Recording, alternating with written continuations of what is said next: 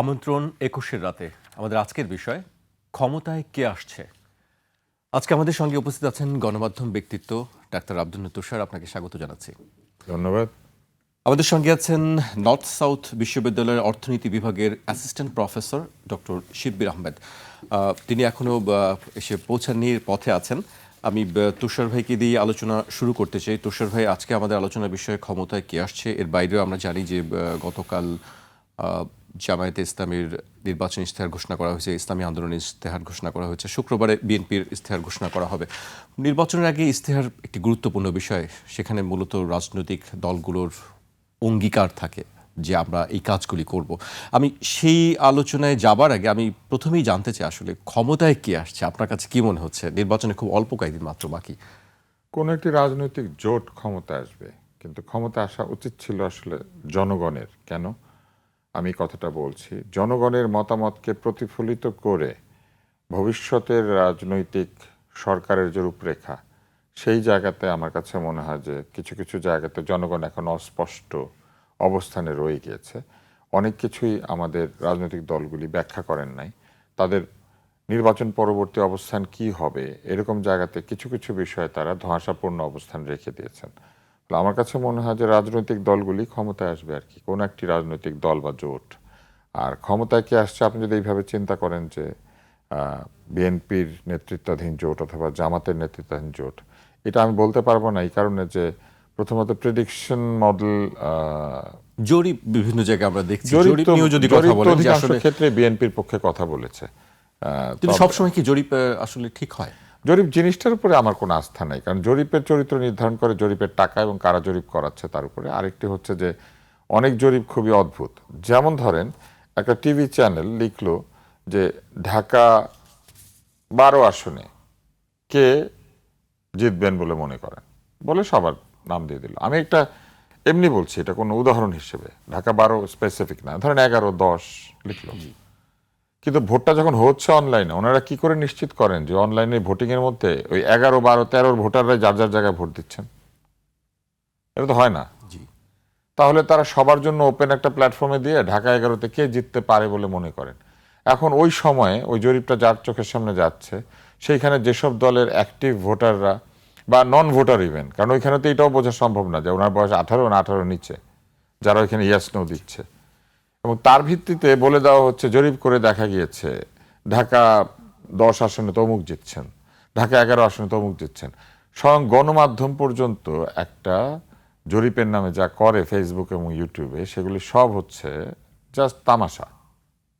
তো তাহলে জরিপ আপনি বিশ্বাস করবেন কেন? কারণ দেখেন, আবার আমি ভালো করে বুঝিয়ে বলি, ফেসবুক একটা জরিপ ছেড়ে দিয়েছেন, ইউটিউবে একটা জরিপ ছেড়ে দিয়েছেন, সেইখানে বলছেন ঢাকা 1 আসনে কে জিতবেন।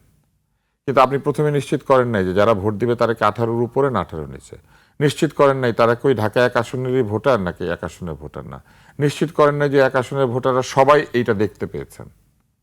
তারপর এটাও নিশ্চিত না যে সবাই ইন্টারনেট ব্যবহার করেন, সবাই ইউটিউব এবং ফেসবুকে গিয়ে এই জায়গাটাতে ভোট দিবেন। না দিলেন কত পার্সেন্ট সেটাও নিশ্চিত করেন নাই, কিন্তু ওইটা দিয়ে নিউজ করছেন এগিয়ে আছেন ঢাকা 1-এ জরিপের ভিত্তিতে অমুক প্রার্থী। এগুলো জাস্ট তামাশা, খেলা। মানে এইটা কি প্রভাবিত করার জন্য এই কাজগুলি করা হয়? এগুলি এক ধরনের ভোটারদেরকে প্রাচীন পদ্ধতি ভোটারদেরকে প্রভাবিত করার জন্য। যদি শিক্ষিত ভোটার হয় তাহলে এটা দিয়ে কোনোভাবেই প্রভাবিত হয় না। আর অশিক্ষিত ভোটার যদি হয় তবে কোনো কোনো ক্ষেত্রে তারা মনে করে যে আয় হায় উনি তো জিতে যাচ্ছেন, তাহলে আমার ওনার সাথেই থাকা উচিত। এইভাবে হয়তো কেউ কেউ প্রভাবিত হতে পারেন। তবে আমার মনে হয় যে এই পরিমাণটা আগের চাইতে অনেক কমে এসেছে, কারণ মানুষ এখন এগুলো বুঝে। জি, আরেকটি বিষয়, অনেক জরিপ তো আছে পয়সা দিয়ে করানো হয়। জি তুষার ভাই, খুব অল্প কয়েকদিন আছে নির্বাচনের 12 তারিখ ভোটের ব্যাপারে, কিন্তু এখনো গণভোট নিয়ে একটি কথা বিভিন্নজন বলছেন। এখনো আমরা সম্প্রতি দেখেছি শাহীন মালিকের একটি বক্তব্য, আমি সেই বক্তব্যটি একটু উল্লেখ করতে চাই। পৃথিবীর ইতিহাসে সবচেয়ে হাস্যকর গণভোট হতে যাচ্ছে বলে মন্তব্য করেছেন সংবিধান বিশেষজ্ঞ ডক্টর শাহীন মালিক। নির্বাচন, রাজনীতি এবং অর্থনীতি নিয়ে খান ফাউন্ডেশনের এক আলোচনায় তিনি বলেন, 12 ফেব্রুয়ারি সংসদ নির্বাচনের কথা বলা হলেও আদতে এটা একটা স্থানীয় সরকারের নির্বাচন হচ্ছে। তিনি তার এই কথাটাকে আপনি কিভাবে দেখছেন? যে তিনি যা বলেছেন তিনি তো সেটা ব্যাখ্যা করেছেন এখানে, অতএব তার ব্যাখ্যাটা যদি আপনি একই সাথে পড়েন তাহলে মানুষ বুঝে ফেলবে। উনি যা যা বলেছেন এই কথাগুলি টকশোতে আমার মতো অনেকেই বলেছেন। মাধ্যমে এই প্রসঙ্গগুলি আগে এসেছে। উনি যেহেতু একজন বাংলাদেশের শীর্ষস্থানীয় আইনজীবী, আইনের ব্যাপারে একজন বিশেষজ্ঞ, এমনকি সাংবিধানিক আইনের ব্যাপারও, উনি যা বলেছেন সেখানে ভুল থাকার কোনো সম্ভাবনা নেই। উনি যদি কোনো কিছুকে হাস্যকর বলে থাকেন তাহলে ফেসবুকের হাহা রিয়াকশন ছাড়াই বলা যায় যে এটা একটা হাহা হতে যাচ্ছে, এবং এটা হাহা হবে, কেন হবে এটা কিন্তু উনি ব্যাখ্যা করেছেন। আমি শুধু কয়েকটি কথা বলি। একটি হচ্ছে press institute of Bangladesh, PIB, তারা একটা নির্বাচনী নির্দেশিকা তৈরি করেছে গণমাধ্যম কর্মীদের জন্য। সেখানে পরিষ্কার ভাষায় লিখেছে যে গণমাধ্যমে হ্যাঁ ভোট দিলে নতুন সংবিধান হবে। এই গণমাধ্যমে হ্যাঁ ভোট দিলে নতুন সংবিধান হবে? এই সংস্কার কি নতুন সংবিধান তৈরি করতে যাচ্ছে, নাকি এক্সিস্টিং সংবিধানের কিছু ধারাকে পরিবর্তন করে এটাকে ফ্যাসিবাদ বিরোধী একটা চরিত্র দিতে চাচ্ছে? ব্যাপারটা তাই ছিল না? শুরুতে তাই বলা হয়েছিল না? তাহলে ওইখানে প্রিন্টেড অবস্থায় লেখা আছে যে নতুন সংবিধান হতে যাচ্ছে, নতুন সংবিধান হবে। নতুন সংবিধান কি করে হবে? সেই সংবিধান কি তাহলে 2026 সালের সংবিধান? এই কথাটাই তো পরিষ্কারভাবে বলে নাই। ফলে পুরা গণভোটের ব্যাপারটাই একটা ধোঁয়াশা। এইটা হ্যাঁ দিলে কি হবে আসলে? জি, এটিও প্রশ্ন যে হ্যাঁ দিলে কি হবে? জয়ী হলে কি হবে বা না জয়ী হলে কি হবে। হ্যাঁ জয়ী হলে কি হবে, হ্যাঁ জয়ী হলে কি হবে না, এই ব্যাপারগুলি খুব পরিষ্কারভাবে ওনারা বোঝান নাই। ওনারা কতগুলি পজিটিভ জিনিসপত্র ওইখানে দিয়ে একটা প্রচার অভিযান শুরু করেছেন, যেখানে বারবার বলার চেষ্টা করেছেন যে এইগুলি হলে আর ফ্যাসিবাদ আসবে না। আমি একটা টেলিভিশন অনুষ্ঠানে রিলে, মানে সংবাদের রিলে দেখেছি, বাংলাদেশের একজন সুপ্রিম কোর্টের আইনজীবী, সুপ্রিম কোর্ট হচ্ছে বাংলাদেশের সংবিধানকে আপহোল্ড করে, সুপ্রিম কোর্ট হাইকোর্ট হচ্ছে এই সংবিধানকে রক্ষা করে, তাই না? একটা রক্ষা কবচ। সেখানকার আইনজীবী সংবিধানটাকে লিটারেলি ছুঁড়ে ফেলে দিয়েছেন, ঢিল মেরেছেন। সুপ্রিম কোর্টের দায়িত্ব কি ছিল আসলে আমরা জানি না। যারা সংবিধানের রক্ষাকর্তা তারা কি এই আচরণটাকে সমর্থন করেন কিনা মানুষ তো এটা জানতে চাইতে পারে। কারণ আমরা তো পড়েছি যে সংবিধানের মর্যাদা রক্ষা করা দায়িত্ব। তাহলে কি আমরা যে কেউ সংবিধানটাকে যে কোনোখানে ছুঁড়ে ফেলতে পারবো? আমরা কি এটাকে যে কোনোখানে ঢিল মেরে ফেলে দিতে পারবো? ময়লার ডিপোতে ফেলে দিয়ে আসতে পারবো? আসলে পারবো কিনা এটাই জানার ইচ্ছা। ঠিক একইভাবে এই যে গণভোটটি আয়োজিত হতে যাচ্ছে, এখানে তারা যে বিষয়গুলি বলেছেন, সেখানে বলেছেন যে গণভোটের ফলে ফ্যাসিবাদ আর আসবে না। ফ্যাসিবাদ আসা না আসা কি সংবিধানের উপর নির্ভরশীল? ফ্যাসিবাদ প্রথমেই এসে ওই ভদ্রলোকের মতো সংবিধানটাকে ছুঁড়ে ফেলে দেয়। সংবিধান ছুঁড়ে ফেলে দিলে তো আর ফ্যাসিবাদ আসবে না। আর আসবে, এটা কি আসা যায়? এই যে আমাদের এখনকার যে অন্তর্বর্তী সরকার আছেন, ওনারা যে সংবিধানের অধীনে শপথ নিয়েছেন, ওনারা নিজেরাই সংবিধানটাকে বিভিন্ন জায়গাতে উল্টেপাল্টে ফেলছেন না? ফেলার সময় কি বলছেন? আমাদের ম্যান্ডেট আছে, আমাদের বিপ্লব আছে, আমাদের অভ্যুত্থান আছে। ফ্যাসিবাদ তো একইভাবে বলবে, আমি জানি জনগণ এটা চায়, জনগণ এটা বলেছে, আমি জনগণের লোক, আমি জনগণের বাপ মা, বলে না ফ্যাসিবাদ? জি, আমি খাওয়াই, বলে না? তো এগুলো বলতে পারলে ফ্যাসিবাদ, ওনারা যে সংবিধানটা সংস্কার করবেন ওইটাকে একইভাবে বদলাই দিবেন। কিন্তু সংবিধান দিয়ে ফ্যাসিবাদ আটকানো যায় না। ফ্যাসিবাদকে আটকাতে গেলে মানুষকে স্বাধীন চেতা হতে হয়, আইন বুঝতে হয়, নিজের অধিকার সম্পর্কে সচেতন হতে হয়। এবং তারপরেও পৃথিবীর বিভিন্ন দেশে ফ্যাসিবাদ এসেছে। এই যে ফ্যাসিবাদ, এটা কি কোনো দরিদ্র দেশে উৎপত্তি হওয়া বিষয়? এটা উৎপত্তি হয়েছিল ইটালিতে। ইটালি হচ্ছে ইউরোপের একটি সক্ষম দেশ ছিল যখন ফ্যাসিবাদ এসেছে। মুজোলিনির হাতে এই ফ্যাসিবাদের সৃষ্টি। ফ্যাসিবাদ শব্দটা ইটালি থেকে এসেছে। এটার আসল উচ্চারণ হচ্ছে ফ্যাসিবাদ, ফ্যাসিস্ট। কিন্তু আমরা এটাকে ফ্যাসি বলি, কারণ দন্তস্ব দিয়ে বানান করার কারণে। বাঙালি বুঝবে না, তাই এটাকে ফ্যাসিবাদই বলতে হয়। ফ্যাসিবাদ বললে আবার এখন লোকে বুঝবে না, ভাববে ফাঁসি নিয়ে কথা বলছি। তো এখন যে এটা ইটালি থেকে আসে নাই, তো কেমনে আসলো? উন্নত বিশ্ব থেকে এটা তৈরি হলো কেন?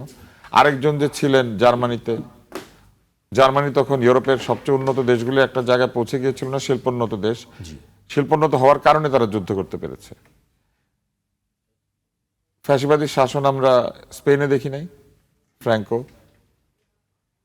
তাহলে এত উন্নত দেশে এটা আসলো কিভাবে? ওনারা সংবিধান বানাতে পারে নাই, সেজন্য এসেছিল? মোটেও না। ফ্যাসিবাদের প্রথম আচরণই হচ্ছে সে সংবিধান ছুঁড়ে ফেলে দেয়। এখন এই গণভোটে বলা হয়েছে যে গণভোটের কারণে ফ্যাসিবাদ আসবে না। ভালো কথা, আসবে না, কিন্তু এই গণভোটে হ্যাঁ হলে তো শরিয়া আইনও প্রচলিত হবে না, শরিয়া আইন করা সম্ভব না। কিন্তু গতকালই সম্ভবত একটি রাজনৈতিক দল আমি জি তাদের ইশতেহার দিয়েছেন। আমি একটা লাইন শুধু বলবো, তারা বলেছেন যে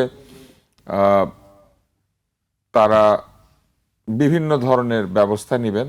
তার মধ্যে তারা একটি জায়গায় বলেছেন যে তারা পার্সোনাল ল, ধর্মভিত্তিক পার্সোনাল ল চালু করবেন।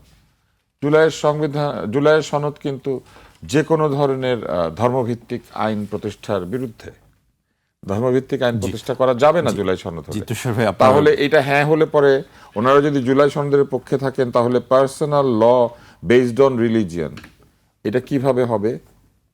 এটা তো ব্যাখ্যা করতে হবে, কোনো ব্যাখ্যা নাই কিন্তু। জি, আমরা সেই ব্যাখ্যা নিশ্চয়ই আমাদের মাঝে ডক্টর শিব্বির আহমেদ উপস্থিত হয়েছেন। আপনাকে স্বাগত জানাচ্ছি। Thank you. আমি যে বিষয়টি তুষার ভাই বলছেন, ইশতেহার নিয়ে কথা বলছিলেন, আমরা জানি যে গতকাল জামায়াত ইসলামের ইশতেহার ঘোষণা করা হচ্ছে। 10টা প্রতিশ্রুতির কথা জানিয়ে ইশতেহারে বলা হয়েছে আগামীতে জামায়াত ইসলামী ক্ষমতায় গেলে সততা, ঐক্য, ইনসাফ, দক্ষতা ও কর্মসংস্থানের সুযোগ সৃষ্টি করবে, আর এর বিপরীতে দুর্নীতি, ফ্যাসিবাদ, আধিপত্যবাদ, বেকারত্ব ও চাঁদাবাজি মুক্ত বাংলাদেশ গঠন করবে। এই বিষয়ে আপনি জামায়াতের ইশতেহার নিয়ে যদি একটু আমাদেরকে বলেন। আপনি অলরেডি উল্লেখ করেছেন, আমি রিপিট না করি। জামায়াতের ইশতেহারে প্রধান 5টা ইস্যু যে হ্যাঁ, যে সবসময় আমরা এই 5টা ইস্যু যে হ্যাঁ বলবো, এবং 5টা ইস্যু যে না বলবো। এটা যে 5টা ইস্যুজ আপনি মেনশন করেছেন হ্যাঁ এবং নাতে, এই 5টা ইস্যুজ রেখেছে। এর বাইরে এটা 8টা চ্যাপ্টারে বিভক্ত 41টা এরিয়ায় বিভিন্ন ইশতেহার ঘোষণা করা হয়েছে। প্রধান কয়েকটা প্রমিস, আমি যদি কমিটমেন্ট যেগুলো ঘোষণা করা হয়েছে এটা যদি আমি মেনশন করি, যেমন জামাত হচ্ছে ইকোনমিক পার্টটা আমি যদি ফোকাস করতে চাই, যে জামাত বলেছে তারা একটা smart social security card introduce করবে, যেটা একটা সোশ্যাল সিকিউরিটি অ্যাডমিনিস্ট্রেশনের অধীনে থাকবে। আমাদের এখন বর্তমানে যেমন আমাদের এনআইডি, আমার টিন নাম্বার, আমার বিভিন্ন সোশ্যাল সেফটি নেটের জন্য বিভিন্ন নাম্বার, বা আরও যেসব ইস্যুজ আছে, অনেকগুলো কার্ড আমাকে ক্যারি করতে হয় বা নাম্বার থাকতে হয়। এইটা একটা ইন্টিগ্রেটেড প্রসেস, যেটা অনেকটা ইউএসএস সোশ্যাল সিকিউরিটি নাম্বারের মতো, যে প্রত্যেক সিটিজেনের একটা কার্ড থাকবে, নট নেসেসারিলি যে এই কার্ড বেনিফিটের জন্য, এই কার্ড তার এনআইডি, টিন সহ এই ধরনের সার্ভিসের জন্য, এবং যারা সোশ্যাল সিকিউরিটি বিভিন্ন সার্ভিস পাবে, এবং ইভেন তার হেলথ রেকর্ড বা এগুলো রেকর্ড থাকবে এই কার্ডের আন্ডারে। তাহলে ওভারলেপিং বা অন্যান্য হ্যাসেলগুলো কমে যাবে, এক কার্ডের আন্ডারে থাকবে, ইভেন বিজনেস করার জন্য এটা ইউজ হবে। আর ট্যাক্সের ক্ষেত্রে জামাত যেটা বলেছে, যে আমাদের এখন যেমন ভ্যাট 15% এবং ট্যাক্সের বিভিন্ন রেট আছে, জামাত এটা বলেছে গ্র্যাজুয়ালি তারা ট্যাক্স রেট এবং ভ্যাট রেট কমাবে। যেটা যে ভ্যাট, আপনি জানেন যে আমাদের দেশে মেইন সোর্স অফ রেভিনিউ হচ্ছে ভ্যাট এবং ইম্পোর্ট ডিউটি, কারণ আমাদের দেশে ডিরেক্ট ইনকাম ট্যাক্সটা অনেক কম আসে। এটার নানান লুফলস আছে এবং আমাদের ফাঁকি দেওয়ার নানান কায়দা কানুন আছে, বা আমাদের ইফিসিয়েন্সি কম আছে। সে জায়গাটা জামাত ট্যাক্স পেজ বাড়িয়ে সেটা বাড়ানোর চেষ্টা করবে, এটা হচ্ছে টার্গেট। এবং জামাত বলছে যে আমরা ট্যাক্স রেট কমাবো, কিন্তু আমাদের যে ট্যাক্স অ্যাভয়েড করার যে কালচার সেটা কমাবো থ্রু সার্ভিস, যে আমরা সিটিজেনদেরকে এনশিওর করব যে আপনার টাকা লুটেরারা খাবে না, এই টাকা দিয়ে আপনি সার্ভিস পাবেন সুশাসন এবং দুর্নীতিমুক্ত একটা কালচারের মধ্য দিয়ে। এইটা একটা বড় ধরনের রেভলিউশনারি চেঞ্জ আমি বলবো, যে ট্যাক্স রেট এবং ভ্যাট রেট কমানো। এর বাইরে জামাত যেমন বলেছে 60+ সিনিয়র সিটিজেনদের হেলথ বেনিফিট দেবে পাবলিক থেকে, হেলথ সার্ভিস থেকে, এটা হেলথ কেয়ারটা ফ্রি করবে। এইটা একটা বড় ধরনের লয়ের কথা বলছিলেন, তুষার ভাই বলছেন যে প্রতিটা ধর্মের মানুষের জন্য আলাদা লয়ের বিষয়টি একটি লিগ্যাল ইস্যুসটায় আমি আসলে ইয়ে করি, আমার কাছে কপিটা আছে, যদি আমি এখন সাথে আমার ব্যাকপ্যাকের মধ্যে আছে দেখতে পারতাম তুষার ভাই কোন পয়েন্টটা স্পেসিফিক বলছেন। আমি যতদূর পড়েছি এবং যেই পলিসিগুলোর সাথে আমিও ইকোনমিক পলিসির সাথে আমি ইনভলভ ছিলাম প্যানেলিস্ট হিসাবে, তো আমি ওখানে শরিয়া ল বা এই ধরনের কোনো কিছু দেখুন, আমি গত 2 বছর ধরে জামাতের বিশেষ করে জামাতের আমিরের স্পিচগুলো আমি ফলো করি, আমি দেখিনি যে জামাত শরিয়া ল বাস্তবায়ন করবে বা এ ধরনের কোনো কথা বলেছে। জামাত বলেছে এক্সিস্টিং আমাদের যে ল আছে এর মধ্য দিয়ে দেশ চলবে। আর স্পেসিফিক কোনোটা পার্সোনাল লতে তো আমাদের অলরেডি কিছু ল তো ইসলামিক ল আছে, যেমন আমাদের ফ্যামিলি, ম্যারেজ, ইনহেরিটেন্সের যে লগুলো, ভূমি টুমি, এগুলো তো শরিয়া মোতাবেক বা যার যার ধর্ম মোতাবেক হয়, বিয়ে শাদী, ডিভোর্স, এগুলো তো অলরেডি আছে। আমি জানি না এটা এডিশনাল কোনোটা মেনশন করেছে কিনা। আর যেটা উল্লেখ করার মতো, যেটা আমার কাছে মনে হয়েছে জামাত মেনশন করেছে, যে জামাত হচ্ছে যেমন এডুকেশনের ক্ষেত্রে জামাত উইমেনদের জন্য ইউনিভার্সিটি লেভেল পর্যন্ত এডুকেশন ফ্রি করবে, যেটা এখন হাই স্কুল লেভেল পর্যন্ত আছে, এবং একটা বিশ্বের সর্ববৃহৎ নারী বিশ্ববিদ্যালয় করার প্রস্তাবনা করেছে, যে ইডেন কলেজ, বদরুন্নেছা কলেজ এবং গার্হস্থ্য অর্থনীতি কলেজকে নিয়ে। তো এ ধরনের বেশ কিছু প্রস্তাবনা জামাতের ইয়ের মধ্যে আসে। আর জামাতের সবচেয়ে বড় যেটা সেলিং পয়েন্ট আমার কাছে মনে হচ্ছে, যে জামাত বলছে আমরা একটা দুর্নীতিমুক্ত, চাঁদাবাজি মুক্ত দেশ গড়ব, এবং দ্রব্যমূল্য কন্ট্রোল করার ক্ষেত্রে তারা একটা বাজার ব্যবস্থাপনা, কানেক্টিভিটি এবং সিন্ডিকেট বন্ধ করার মাধ্যমে দ্রব্যমূল্য কন্ট্রোলে রাখার ব্যাপারে তাদের একটা কমিটমেন্ট আছে। তো দুর্নীতি এবং সুশাসন, দুর্নীতিমুক্ত, সুশাসন এবং চাঁদাবাজি মুক্ত, এই কমিটমেন্টটা তারা বেশি হাইলাইট করছে, যে এটার মধ্য দিয়ে তারা মনে করছে যে আমরা গভর্নমেন্টের বিভিন্ন স্তরে ইফিসিয়েন্সি বাড়াতে পারবো, এবং স্টেট ওন যেসব রাষ্ট্রীয় মালিকানাধীন যেসব এন্টারপ্রাইজগুলো আছে, যেগুলো বছরের পর বছর লস করছে, সেগুলোর ক্ষেত্রে তারা বলছে যে তারা দুর্নীতিমুক্ত করতে পারলে সেখানে ইফিসিয়েন্সি আসলে লস মুক্ত হতে পারবে। আজকে আমাদের আলোচনার বিষয় ছিল, ট্যাগলাইন ছিল যে ক্ষমতায় কে আসছে। আমি তুষার ভাইয়ের কাছে এই প্রশ্নটি ছিল, আপনি আসার আগে আমরা সেই প্রশ্নের উত্তর, আপনার কাছে কি মনে হয় ক্ষমতায় কে আসছে? দেখেন, এটা তো একটা কঠিন কোশ্চেন, এভাবে ডিরেক্টলি মানে বলা তো যায় না। ডেফিনেটলি এখানে দুটো দল কম্পিট করছে, এটা ভালো। আমি মনে করি এই যে জুলাইয়ের পরে আমরা একটা নির্বাচন পাচ্ছি, এটাই আমাদের একটা বড় অর্জন। দীর্ঘদিন ধরে আমরা একটা আনডেমোক্রেটিক সিস্টেমের মধ্য দিয়েছিলাম, ফেসিবাদী সিস্টেম বা স্বৈরাচারী যাই বলি। তিনটা নির্বাচন আমরা দেশের জনগণ ভোট দিতে পারেনি। সো মানুষের মধ্যে একটা তীব্র আকাঙ্ক্ষা আছে, তারা ভোট দিবে উৎসবের মতো করে, তাদের গণতান্ত্রিক অধিকারটা তারা চর্চা করবে। এটা হচ্ছে প্রথম সাফল্য আমি মনে করি, এবং আমি চাই যে গভর্নমেন্ট এবং রাজনৈতিক দলগুলো এটা এনশিওর করুক যে আমরা যে গণতন্ত্রের জন্য এত বছর ধরে লড়াই সংগ্রাম করছি, এটা যেন এনশিওর হয়। আর প্রতিদ্বন্দ্বিতার ক্ষেত্রে আসলে কোনটা মনে হচ্ছে যে কে এগিয়ে আছে, কে পিছিয়ে আছে? আমরা বিভিন্ন জরিপ দেখছি, ক্ষেত্রে জরিপগুলো, আমাদের কাছে যতটুকু ডেটা আছে, রিসেন্টলি গতকালও মনে হয় একটা জরিপ আমি প্রেস ক্লাবে মনে হয়েছে ডেইলি স্টারে দেখছিলাম আমি। তো এখন আমাদের কাছে তথ্যপাত্র বলতে জরিপগুলো আছে, বা মানুষের পালস, আমরা যখন পথে ঘাটে চলছি ফিরছি, পালস বুঝে কিছু অনুমান করা যায়। তো জরিপগুলো আমি যদি দেখি, গত 1.5 বছর ধরে জরিপগুলোর প্যাটার্ন যদি আমি দেখি, ট্রেন্ড, যে জরিপগুলোতে শুরুর দিকে যেমন বিএনপি জামাতের 10% বা 15% এরকম ডিফারেন্স দেখাচ্ছিল, সেটা ধীরে ধীরে কমে এসে লেটেস্ট একটাতে 1% ডিফারেন্স দেখেছিলাম বিএনপি জামাতের মধ্যে। আর সর্বশেষ যে জরিপটা গতকাল মনে হয় পাবলিশ হলো, আমি ডেইলি স্টারে নিউজ পড়ছিলাম, এখানে দেখাচ্ছে যে আওয়ামী লীগের ভোটের একটা বড় অংশ বিএনপির দিকে যাবে, প্রায় 48% ওনারা বলেছেন, সম্ভবত 28 বা 27% যাবে জামাতের দিকে। তরুণদের ভোটের ক্ষেত্রে এটা কনসিস্টেন্টলি সবগুলো সার্ভেতে আসছে, যে তরুণদের ভোটের, যেমন গতকাল এটা মনে হয় 39% তরুণদের ভোট হচ্ছে জামাতের দিকে, 17% হচ্ছে এনসিপির দিকে, এরকম স্ট্যাটিস্টিক্স দেখলাম। এটা হলে মোর দেন 50% তরুণদের ভোট জামাত এবং তার জোটের দিকে যাবে, এবং 27% সম্ভবত বিএনপির দিকে। সো এইটা একটা প্যাটার্ন বোঝা যাচ্ছে সার্ভেগুলোতে, যে তরুণদের ভোট, নারীদের ভোট এবং শিক্ষিত মানুষদের ভোট রিলেটিভলি জামাতের দিকে বেশি, এবং বয়স্ক মানুষদের ভোট এবং রিলেটিভলি কম শিক্ষিত মানুষদের ভোট হচ্ছে বিএনপির দিকে বেশি। সো আমি মনে করি একটা প্রতিদ্বন্দ্বিতাপূর্ণ ইলেকশন হবে। পার্সেন্টেজে যদি খুব ডিফারেন্স নাও থাকে, অনেক সময় কিন্তু আসনের জায়গায় অনেক ডিফারেন্স হয়ে যায়, আমাদের অতীতের ইলেকশনগুলোতে আমরা দেখেছি। সো কে আসলে মেজরিটি আসন নিয়ে জিতবে সেটা প্রেডিক্ট করা একটু কঠিন, কিন্তু ভোটের পার্সেন্টেজের ক্ষেত্রে আমি সার্ভেগুলোর ভিত্তিতে ধারণা করতে পারি যে কাছাকাছি হবে কম্পিটিশনটা। আপনার অবস্থান বুঝতে পারছি। আমি তুষার ভাইয়ের কাছে আসতে চাই। তুষার ভাই, রাজনৈতিক দলগুলো তো সবসময় প্রতিশ্রুতি দিবেই, মানে আমরা জামাতের ইশতেহার দেখেছি, ইসলামী আন্দোলনের ইশতেহার দেখেছি, বিএনপিরও ঘোষণা করা হবে। এই এত প্রতিশ্রুতি কি আসলে সবকিছু বাস্তবায়ন করা সম্ভব? প্রতিশ্রুতি দেয় প্রতিশ্রুতি রক্ষা না করার জন্য। এই যে 73-74 পৃষ্ঠাব্যাপী প্রতিশ্রুতির বাড়াবাড়ি এবং অসংখ্য প্রতিশ্রুতির সমাহার, এগুলোর অধিকাংশই হচ্ছে পুরনো প্রতিশ্রুতির পুনরাবৃত্তি। আমি আসলে 2-3 ঘন্টা লেগে যাবে, এতগুলি প্রতিশ্রুতি আছে ইশতেহারে জামাত ইসলামের। বিএনপিটা তো এখনো বের হয় নাই, বের হলে আমরা ওইটাও বলতে পারবো। এত দেরিতে ইশতেহার দিলে আসলে এফেক্টিভ হয় না।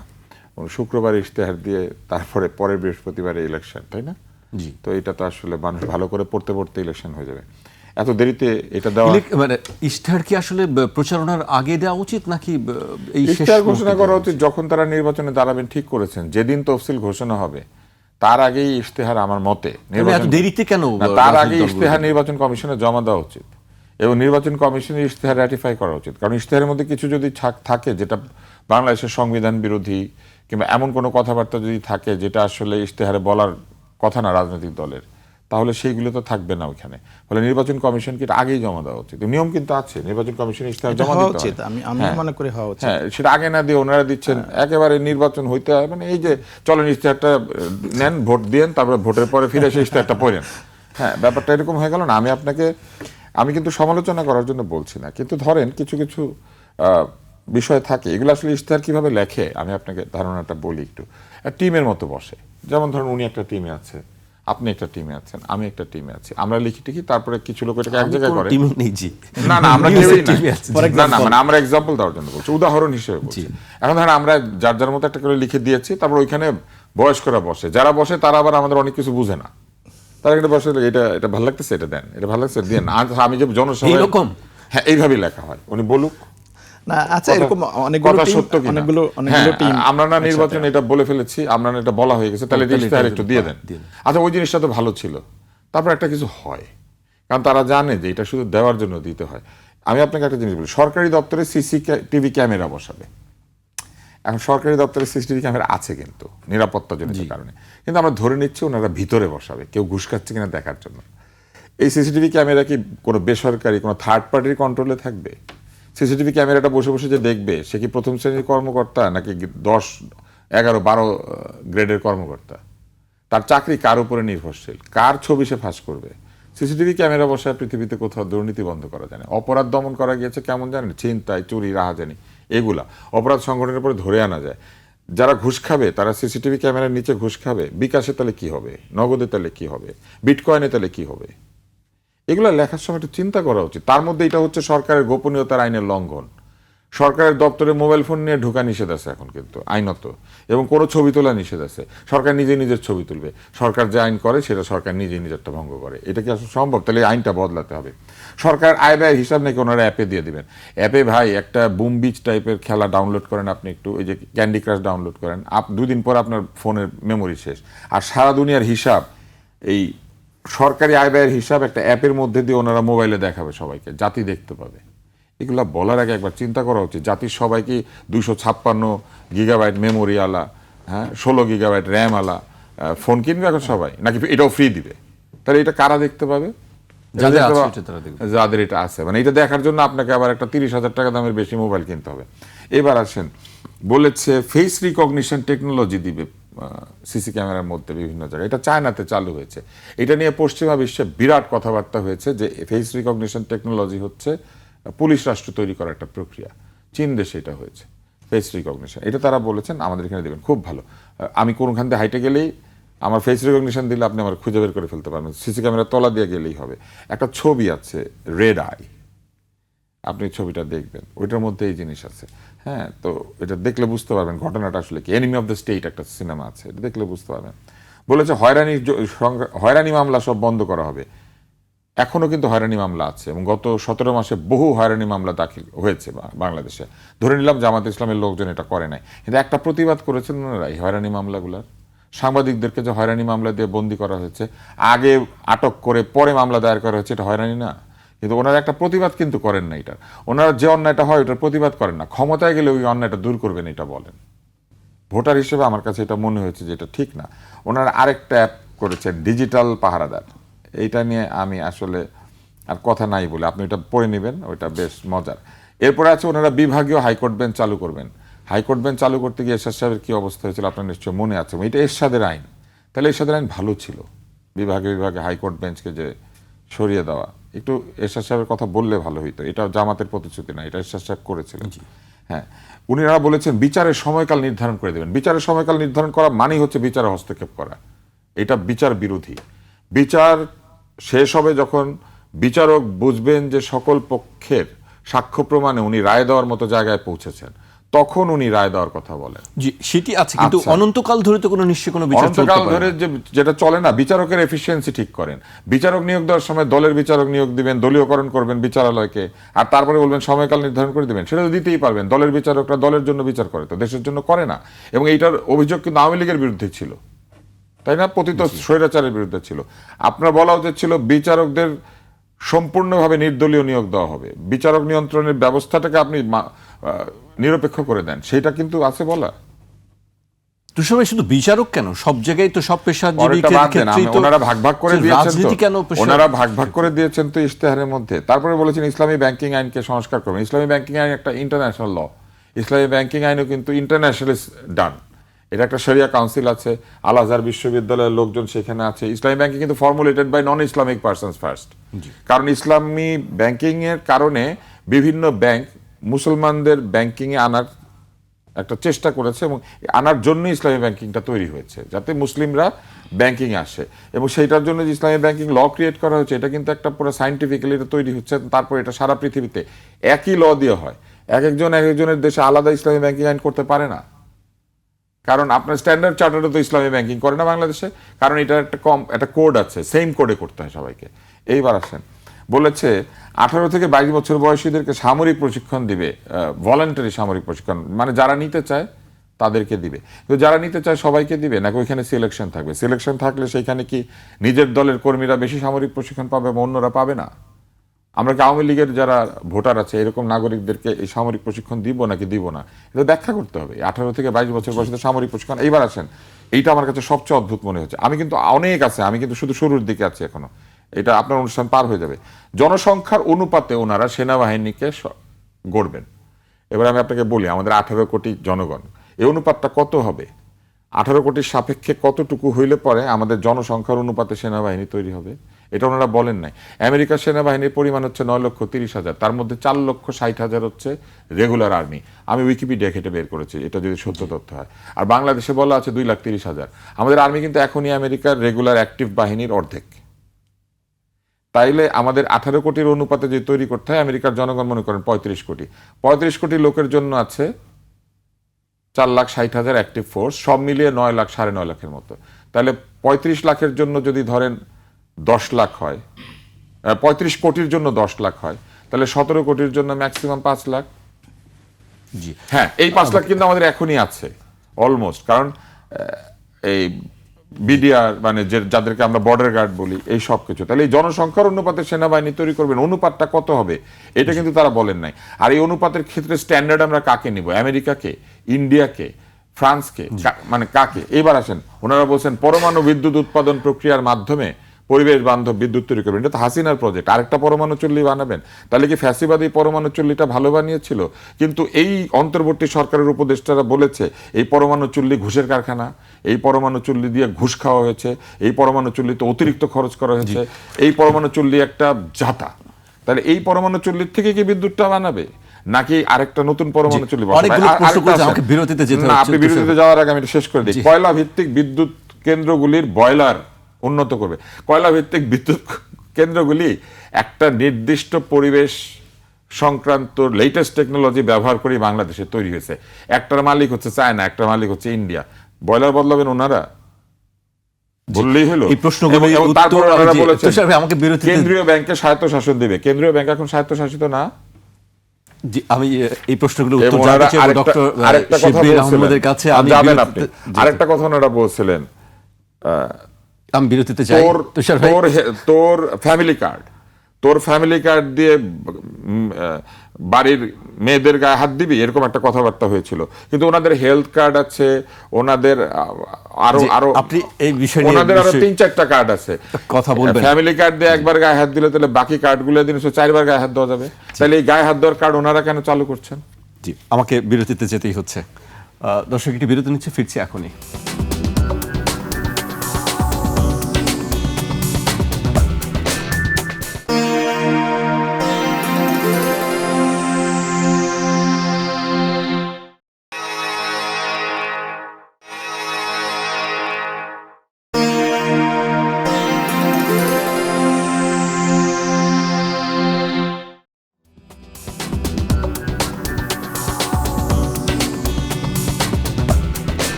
বিরতির পর আবার স্বাগত। আপনারা দেখছেন 21 রাত। আমাদের সঙ্গে আছেন গণমাধ্যম ব্যক্তিত্ব ডাক্তার আব্দুল তুষার এবং নর্থ সাউথ বিশ্ববিদ্যালয়ের অ্যাসিস্ট্যান্ট প্রফেসর ডক্টর শিবলীর আহমেদ। অনেকগুলো প্রশ্ন তুলেছেন তুষার ভাই, আমি সেই প্রশ্নের উত্তর আপনার কাছ থেকে কিছু জানতে আমি চাই। তুষার ভাইয়ের কোশ্চেনগুলো খুব এনজয় করছি এবং অ্যাকচুয়ালি তো আসলে এটাই হওয়া উচিত। আমি এক্সপেক্ট করছিলাম যে আমাদের রাজনীতিতে আমরা যে গুণগত পরিবর্তনটা চাই এই ডিসকাশনটাই হওয়া উচিত, যে বিএনপি জামাত বা প্রধান দলগুলো তাদের ইশতেহারগুলো ঘোষণা করবে বা তাদের পলিসিগুলো জনগণের সামনে বলবে, দেন আমরা এগুলো নিয়ে বিচার বিশ্লেষণ করব, কতটুকু আসলে কতটুকু বাস্তবায়নযোগ্য, কতটুকু আসলে কথাগুলো আসলে দেশের জন্য ভালো কোনটা মন্দ, এগুলো শুনে দলগুলো আবার পর্যালোচনা করবে, রিভাইজ করবে এবং ফাইনালি যেগুলো ভালো হয়, যে দল থেকে হোক, যে দলে গভর্নমেন্টে আসুক, ভালোগুলো তারা নিয়ে দেশ পরিচালনা করবে। সো আমি এটা খুব আমি পছন্দ করেছি যে তুষার ভাই এগুলা রিভিউ করেছেন এবং অনেকগুলো প্রশ্ন তুলেছেন। কিছু কিছু প্রশ্ন আছে যেগুলো আমার পারভিউর বাইরে, মানে আমার এক্সপার্টিজের বাইরে। আমি কমন কিছু জিনিস যেগুলো আমার ক্যাপাসিটির মধ্যে পড়বে সেগুলো, কারণ এখানে অনেকগুলো এক্সপার্ট টিম কাজ করেছে, এক একটা টিম আসলে এক এক ধরনের এক্সপার্টিজের। তুষার ভাই শুরুতে একটু বলছিলাম না যে এটা বিভিন্ন গ্রুপ বিভিন্ন পার্ট করে, সো এটাতেও হয়েছে এরকম 10-15টা টিম 10-15টা পার্ট করেছে, তারপর কম্বাইন করে করা হয়েছে। তো আমি জাস্ট কয়েকটা জিনিস যেটা ওই ফ্যামিলি কার্ড নিয়ে ভাই, যেটা আমি শেষের দিক থেকে একটু যদি যাই, যে গায়ে হাত তোলা কথাটা, এটা আসলে ওই যে রিসেন্টলি যে জামাতের নারী কর্মীদের উপর নানান জায়গায় গায়ে হাত তোলা হচ্ছিল, ওইটাকেই বলা হয়েছে যে তোমরা একদিকে বলছো ফ্যামিলি কার্ড দিবা নারীদেরকে, আরেকদিকে নারীদের গায়ে হাত তুলতেছো, ফ্যামিলি কার্ড দিয়ে নারীদের গায়ে হাত তুলছো। কথাটা ওভাবে হয়তো একটু মিসকোট হয়েছে তুষার ভাইয়ের কাছে। ব্যাপারটা কার্ড দিয়ে গায়ে হাত তোলা না, মানে একদিকে কার্ড দিতে বলছো, আরেকদিকে গায়ে হাত তোলার কথা বলছো। আর যেটা যে জামায়াতও অনেকগুলো কার্ড দিচ্ছে এরকম, এই প্রসঙ্গটা জামায়াতও অনেকগুলো সার্ভিস অফার করতেছে, কিন্তু সেগুলো যে আলাদা আলাদা কার্ড দিয়ে এরকম না, যে একটা ইন্টিগ্রেটেড কার্ডের অধীনে যাবে, ওভারল্যাপিংগুলো ক্যাম্প দিয়ে হয়। হেলথের ক্ষেত্রে যেমন আমি বলছিলাম, আরেকটা প্রোগ্রাম জামাত বলছে হেলথের ক্ষেত্রে, যে ফার্স্ট 1000 ডেজ, যে একটা বাচ্চার মায়ের গর্ভে আসা থেকে শুরু করে বয়স 2 বছর হওয়া পর্যন্ত তার যে ক্রিটিক্যাল সময়টা 1 বছর, এই সময়ে যে তার নিউট্রিশন এবং হেলথের যে সাপোর্টগুলো দরকার, এই সাপোর্টটা দিবে মায়ের জন্য প্রেগনেন্সির সময় এবং বাচ্চার জন্য 2 বছর বয়স পর্যন্ত। ফ্যামিলি কার্ডের কথাটা আসছে যেহেতু, আমি একটু জাস্ট মেনশন করি। কর্মঘণ্টার কথা কিন্তু আবারও বলা হয়েছে যে 5 ঘন্টা কর্মঘণ্টার কথাটাও এসেছে, কর্মঘণ্টার কথাটা আমি বলবো। তো ফ্যামিলি কার্ডের কথাটা আর ভার্সেস জামাত যে অফারগুলো করছে, এটার মধ্যে একটা মৌলিক পার্থক্যটা হচ্ছে এখানে, যে ফ্যামিলি কার্ডের ক্ষেত্রে আমরা যখন একটা সমস্যার সমাধান করি, তখন আমরা প্রবলেমটা আইডেন্টিফাই করি, যে আমরা ধরেন ওই 1000 ডেজ বলছি, বাচ্চার এই সময়টা ডেভেলপমেন্টের জন্য ইম্পর্টেন্ট, একটা প্রবলেম আইডেন্টিফাই করলাম, দেন আমি একটা সলিউশন অফার করছি। অথবা আমি বয়স্ক ভাতা বা বিধবা ভাতা এরকম একটা ভালনারেবল গ্রুপ টার্গেট করছি, দেন আমি একটা সাপোর্ট দিচ্ছি। কিন্তু আপনি যখন ফ্যামিলি ভাতা দিবেন, ফ্যামিলি কার্ড দিবেন, বলছেন যে এই কার্ডটা থাকলে ফ্যামিলি 2 থেকে 2,500 টাকা পাবে। এখানে আসলে প্রবলেমটা আইডেন্টিফিকেশান কি, মানে প্রবলেমটা কি, এখানে ফ্যামিলি থাকাটাই কি একটা প্রবলেম, ফ্যামিলি কি কোনো প্রবলেম, বা বাংলাদেশের সব ফ্যামিলিকে কেন আপনার টাকা দিতে হবে, ও ফেজ বাই ফেজ বলছেন সবাই পাবেন, তো কেন আমি সবাইকে টাকা অফার করছি, এখানে ফ্যামিলি তো কোনো সমস্যা না। তাহলে হচ্ছে কি, আমার কাছে মনে হয় যে এটা ভালো করে হোমওয়ার্ক করা হয় নাই এই অফারটা আমরা যখন করছি। কারণ আমি যদি বলি যে ভালনারেবল ফ্যামিলিগুলোকে আমি একটা সাপোর্ট দিব, তাহলে হতে পারে, দ্যাটস ফাইন, এরকম তো আমাদের প্রোগ্রাম আছে। তো এটা যেমন বিএনপি যেমন বেকার ভাতা দিবে বলছে, এই জিনিসটাও আমার কাছে মনে হয় যে বেকার ভাতাটা নিয়ে যদি একটু ইকোনমিস্টদের সাথে কনসাল্ট করতো, তাহলে আমাদের দেশে আসলে বেকার ভাতা বরং বেকারত্ব বাড়িয়ে দিবে। বরং এখানে আমাদের যে কর্মসংস্থান সৃষ্টির কথা বলেছে জামাত কর্মসংস্থান সৃষ্টি, জামাত বলছে যে আমরা বেকার ভাতা দিব না, আমরা কর্মসংস্থান সৃষ্টি করব। তবে জামাত আরেকটা অফার করেছে, সেটা হচ্ছে যে ওই বেকারত্বের সময়টাতে মানুষের যে ভালনারেবিলিটিটা আছে গ্র্যাজুয়েটদের, এখানে 2টা ভালনারেবিলিটি হয়। একটা হচ্ছে যে অ্যাপ্লাই করার সময় অনেক অ্যাপ্লিকেশন ফি দিতে হয় গভর্নমেন্ট জবগুলোতে, এটা তারা রাখবে না। আর দ্বিতীয়টা হচ্ছে যে এই সময়টাতে একদমই ভালনারেবল যারা, তাদের জন্য তারা একটা লোন অফার করবে। তো লোন দিলে হয় কি, এটা যেহেতু তাকে পরিশোধ করতে হবে, শুধুমাত্র যারাই ভালনারেবল, যার দরকার সে শুধু নেবে। কিন্তু আমি যদি বেকার ভাতা দিই, তাহলে হচ্ছে সবাই নিতে চাইবে এবং এখানে আমি সিলেকশনটা ইভেন করতে পারবো না, কে বেকার, কে কোনো না কোনো ইনফর্মাল জব করতেছে। কারণ আমাদের দেশে ইনফর্মাল ইকোনমি হওয়ার কারণে আমরা সবার তো ট্রেস করতে পারি না, এবং ডিজিটাল ফুটপ্রিন্ট নাই বা পেচেক নাই। তো আমার মনে হয় এই বেকার ভাতা দেওয়ার প্রস্তাবনাটার ক্ষেত্রেও ভালো করে যদি হোমওয়ার্ক করা হতো, তাহলে বোঝা যেত যে এটা আসলে আমাদের দেশের মতো দেশের জন্য বেকার ভাতা বরং আরও বেকারত্ব বাড়িয়ে দিবে, এটা ক্ষতিকর হতে পারে। আর যেটা আরও বেশ কিছু প্রশ্ন তুষার ভাই বলেছেন, একটা হচ্ছে যে হয়রানি মামলার কথা, যে ডাক্তার শফিকুর জামাত কি প্রতিবাদ করেছে কিনা। এবং ডাক্তার শফিকুর রহমান একমাত্র রাজনীতিবিদ যিনি হচ্ছে 5ই আগস্টের পরে বলছেন যে কোনো ধরনের প্রতিশোধ কারো উপরে নেবা না। এবং এইটা একটা বড় কারণ যে 5ই আগস্টের পরে যেরকম আশঙ্কা ইভেন আওয়ামী লীগও করেছিল যে লক্ষ লক্ষ মানুষ খুন হয়ে যাবে বা আরও ক্ষতিকর হবে, হয়েছে, কিছু না কিছু হয়েছে, সেটা না হলেও ভালো হতো, কিন্তু যেরকমটা এক্সপেক্ট করছিল মানুষ সেরকম কিছু হয়নি। এবং এটার একটা বড় কারণ হচ্ছে যে ডাক্তার শফিকুর রহমান প্রথম থেকে করছেন, অন্যান্য রাজনৈতিক দলগুলোকে আহ্বান করছেন, নিজের দলকে আহ্বান করছেন যে আমরা দেশটায় শান্তি চাই, কোনো ধরনের প্রতিশোধ নেবে না। কোনো ধরনের হয়রানি মামলার ব্যাপারে উনি বেশ কয়েকবার বলেছেন, উনি বলেছেন যে জামাত কোনো হয়রানি মামলা করে নাই, আমরা করব না, অন্যদেরকেও বলেছেন যেন কোনো হয়রানি মামলা না হয়, বাট যারা অপরাধ করেছে তাদের বিচার পাইতে হবে। তো এটা জামাত যেটি বলছিলেন যে সেটা ব্যাপারে জামাত কোনো প্রতিবাদ করেনি না, জামাত এতগুলো আটক হয়েছে, অন্তর্বর্তী সরকার নিজে হয়রানি মামলা করেছে। জামাতের জায়গা থেকে জামাত এটা বলেছে কোনো হয়রানি, জামাত ইভেন এখনকার ক্যাম্পেইনও জামাত বলেছে যে কোনো হয়রানি মামলা আমরা বরদাস্ত করব না, আগেও আমরা করিও না, এবং আমরা ওনাদেরকেও এটার ব্যাপারে আমরা বলেছি বা প্রতিবাদ করেছি। আর বিভাগীয় হাইকোর্টের বিষয়টা, আমি কোর্টের বিষয়ে কথা বলতে চাই না, বাট আমার কাছে যেটা মনে হয়েছে আলোচনায় আমি যেটা বুঝেছি যে আমাদের মামলাগুলো অনেক স্টাক হয়ে থাকে, হাজার হাজার মামলা বিচার বছরের পর বছর পড়ে থাকে। এটা যদি বিভাগীয় হাইকোর্ট বেঞ্চ করা যায় সেখানে তাহলে মামলাগুলো দ্রুত নিষ্পত্তি হওয়ার একটা উপায় তৈরি হবে। তুষার ভাই বলেছেন এটা এরশাদের সময় প্রস্তাব করেছিল, তাহলে চেষ্টাও করেছিল, যদি বাস্তবায়ন করা সম্ভব হয়, যদি আমাদের এই উদ্দেশ্যে হয় যে আমাদের মামলাগুলো আমরা সলভ করব, তাহলে এটা হয়তো ভালো ব্যাপার হতে পারে। আর সময়কাল নির্ধারণের ব্যাপারটা আমার কাছে তুষার ভাই যদিও ক্রিটিক করেছেন যে এটা আদালতের উপর হস্তক্ষেপ কিনা, আমাদের কিছু আইনে তো আমরা এরকম করছি, যেমন নারী ও শিশুর নির্যাতন মামলা বা এরকম দ্রুত বিচার আইনের কিছু মামলা কিন্তু আমরা এরকম সময়সীমা নির্ধারণ করে দিই। ডেফিনেটলি এটা একটা চ্যালেঞ্জ আছে যে সময়সীমা নির্ধারণ করে দিলে অন্য জিনিস যদি একটু ফ্যাসিলিটেট করতে না পারি তাহলে। চেকের মামলায় সময়কাল নির্ধারণ করা আছে যে কেউ যদি আপনাকে চেক করে মানে ডিফল্ট করে, আমি নিজে এরকম একজনের বিরুদ্ধে করেছি, আজকে 3 বছর ধরে চলে আছে। ওইটা সময় নির্ধারণ আছে তাও হচ্ছে না, মানে তারপর সময় নির্ধারণ করে কোনো লাভ হয়? রাইট, সময় নির্ধারণ করে হচ্ছে না। ওই লোকের এই পর্যন্ত আত্মীয় মারা গিয়েছে মনে করেন 15 জন, সময় নাই এই কথা বলে। ওনার আর কিছুদিন মামলা চললো, উনি ছাড়া ওনার সমস্ত আত্মীয় মারা যাবে, কোর্ট দেখতেও চায় না যে আসলে মারা গেছে কিনা, মানে কোর্ট দেখতে চায় না ভ্যালিড রিজন কিনা। যদি কেউ বলে আমার খালা মারা গিয়েছে, খালু মারা গিয়েছে, অমুক অসুস্থ হয়েছে, এটা ভ্যালিড কিনা, ওটার জন্য কিন্তু মেডিকেলের সার্টিফিকেট দেওয়া উচিত, ডক্টরস উইটনেস রাখা উচিত যে আসলে ওনার ওই আত্মীয় অসুস্থ কিনা, শোনে আর টাইম দিয়ে দেয়। তো এই যে সিস্টেম নাই, ইনএফিশিয়েন্সি দূর করার পরিবর্তে আপনারা টাইম নির্ধারণ করে দিলে কি আসলে না, ডেফিনেটলি এটা একটা ভালো এডিশন যে আপনারা টাইম নির্ধারণ করে দেওয়ার পাশাপাশি এই টাইমটা যেন অ্যাকচুয়ালি বাস্তবায়নযোগ্য হয়। তাহলে যে ইনএফিশিয়েন্সি গুলো হয়, ধরেন এই যে কারা মারা গেল, এটার জন্য তো আমার ডকুমেন্ট দরকার, অথবা জায়গায় মূল কথা হচ্ছে আসলে আমরা বাস্তবায়ন করতে পারছি না, সেটি হচ্ছে আসলে। আমি জামাত এখানে যেমন বলছিল, যেমন দুর্নীতি দমন কমিশন এবং জুডিশিয়াল ইন্ডিপেন্ডেন্স নিয়ে জামাত কাজ করবে, এটা তো আমাদের এই জুলাই সনদের বা জুলাই সনদের সাথেও রিলেটেড আছে। তো আমার মনে হয় আমরা যদি মানে এইটার ব্যাপারে যদি রাজনৈতিক দলগুলো কমিটেড থাকি যে আমরা দুর্নীতি দমন কমিশন এবং জুডিশিয়ারিকে স্বাধীন করব কোনো ধরনের নির্বাহী বিভাগের হস্তক্ষেপ ছাড়া, তাহলেও অনেক কিছু আমার মনে হয় এই জটলাগুলো কিছুটা কমবে। আর ইফিসিয়েন্সির জায়গায় এইটা আমাদের সব সেক্টরের জন্য, ইভেন আমাদের যে রাজস্ব বোর্ড সেখানেও যে পরিমাণ ইনএফিসিয়েন্সি এবং আমাদের ট্যাক্স আসছে না, ইনকাম ট্যাক্স কালেক্ট করতে পারছি না, আমরা ইনকাম ট্যাক্স কালেক্ট না করে আমরা ভ্যাট দিয়ে চালাই নিচ্ছি দেশটাকে, যেটা দিয়ে ধনী গরিব সবাইকে মানে সমানভাবে পে করতে হচ্ছে। তো আমার মনে হয় ইনএফিসিয়েন্সির জায়গায় এইটা জামাতের একটা বড় কমিটমেন্ট, গভর্নেন্সের জায়গায় দুর্নীতি এবং ইনএফিসিয়েন্সিগুলো। এবং জামাত স্পেশালি বলেছে যেমন জামাত বলেছিল আমাদের ইকোনমিকটা আমরা ইনভেস্টমেন্ট ফ্রেন্ডলি বা বিজনেস ফ্রেন্ডলি করতে চাই। এই জন্য আমরা করেছি যে এখানে যে নানান জায়গায় রেড টেপ আছে, একটা বিজনেস স্টার্ট করতে হলে 21-22 জায়গায় তার সার্টিফিকেশন নিতে হয়, এগুলো একটা ওয়ান স্টপ সার্ভিসের মাধ্যমে নিয়ে আসা, যেটার মাধ্যমে বিজনেস গ্রো করলে আমাদের কর্মসংস্থান বা অন্যান্য গ্রোথগুলো হবে। জি, আমি একটু অন্য প্রসঙ্গে আসতে চাই, তুষার ভাইয়ের কাছে আসতে চাই, আমার কাছে শেষের দিকে চলে আসছি।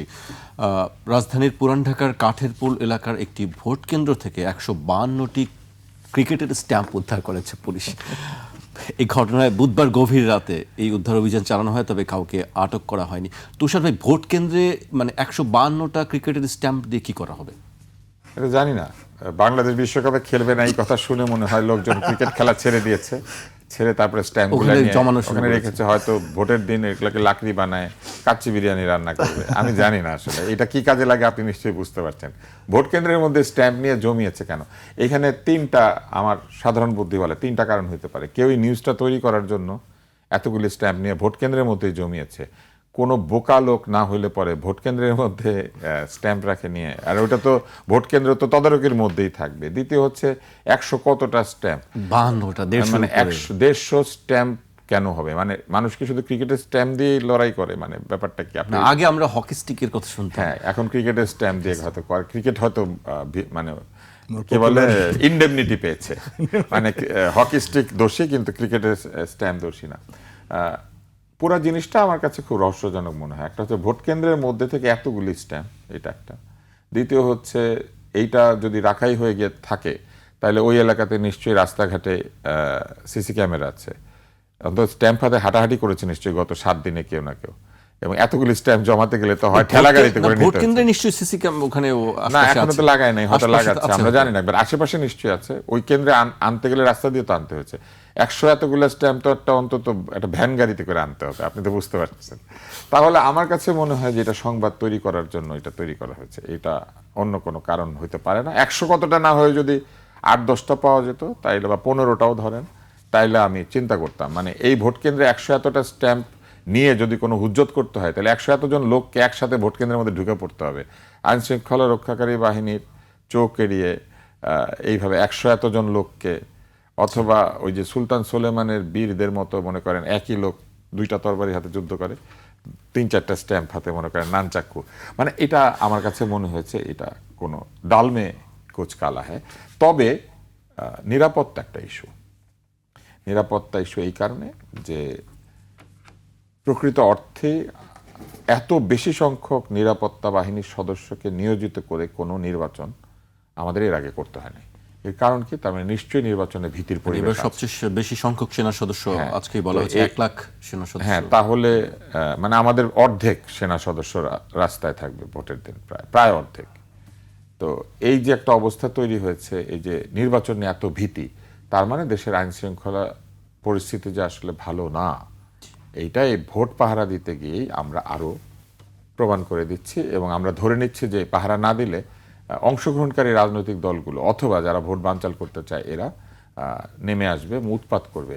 এই ভীতির পরিবেশটা আমি মনে করি যে যত দ্রুত সম্ভব যদি কমিয়ে আনা যায়, মানুষকে আস্থা দেওয়া যায়, ভালো হবে।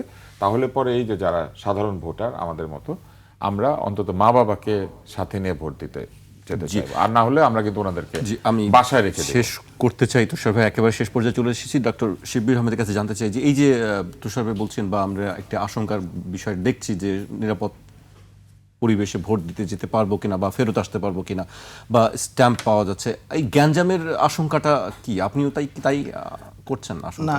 না, নির্বাচন হলো তো আমাদের দেশে হলো সহিংসতার আশঙ্কা, এটা অবধারিত, মানে বিভিন্ন সময় হয়েছে।